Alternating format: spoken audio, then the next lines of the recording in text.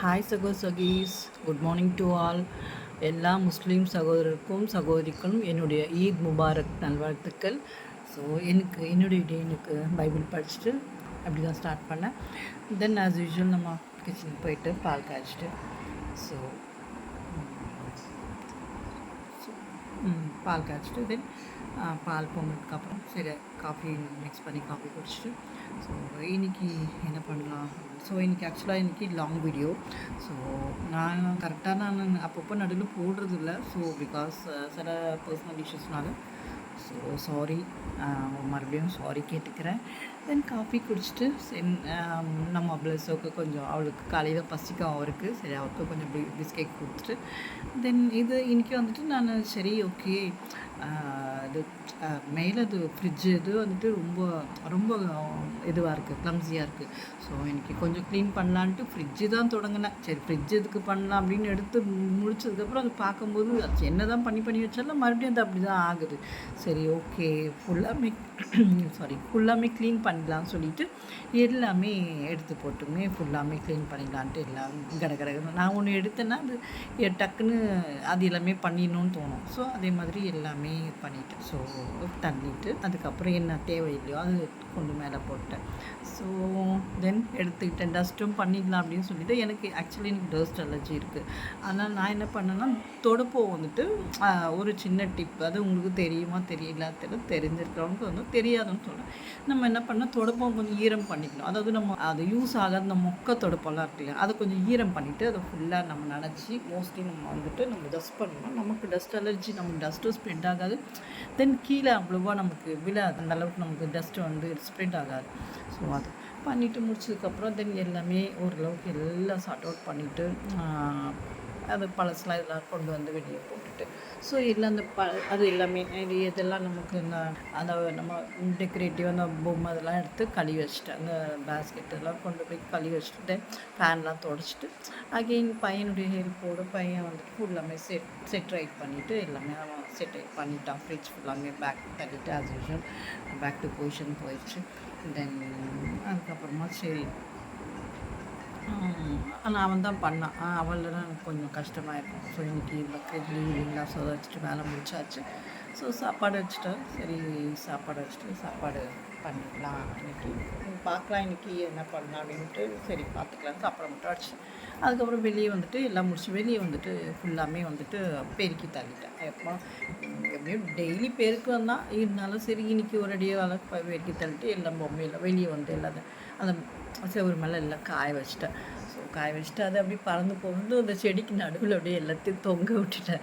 So இன்னும் coil அதனால் அப்படியே அதை விட்டுட்டேன். ஸோ அது காஞ்சது மட்டும் கொஞ்சம் சரி உள்ளே கொண்டு போய்க்கலாம் சொல்லிட்டு இதெல்லாம் கொஞ்சம் பத்திரமா சேஃப்கார்ட் பண்ணிவிட்டு ஸோ இதெல்லாம் உள்ளே கொண்டு வந்துட்டு எது காஞ்சதோ அதை மட்டும் உள்ளே கொண்டு வந்து ஸோ நம்ம செட்ரைட் பண்ணலாம் சொல்லிட்டு ஃப்ரிட்ஜ் மேலே ஆல்ரெடி நம்ம செட்ரைட் பண்ணி வச்சிடலாம் பையன்.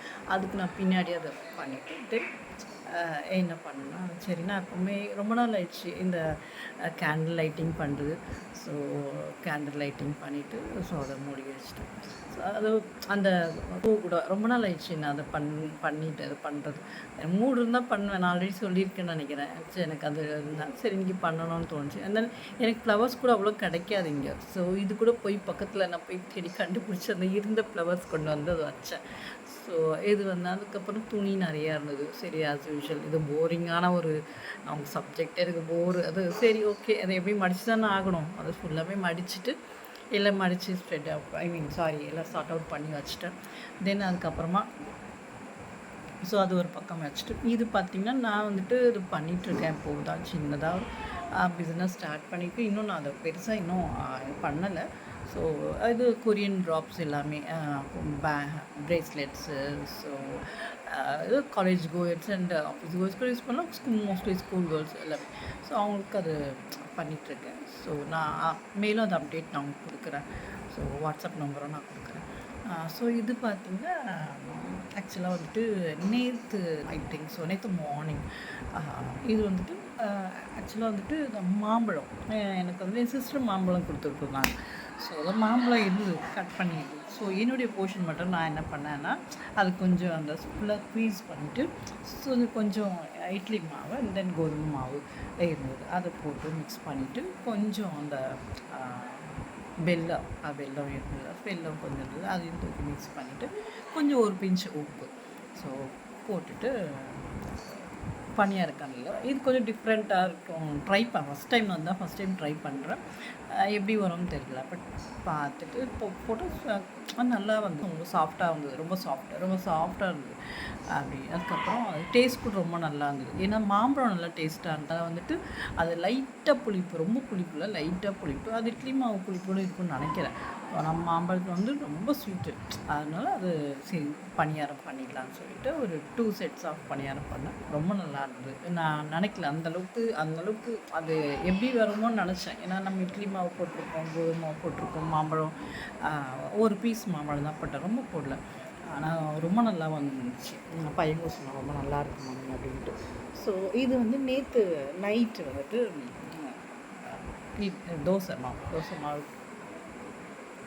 மாவு பையன்தான் நான் நேற்று.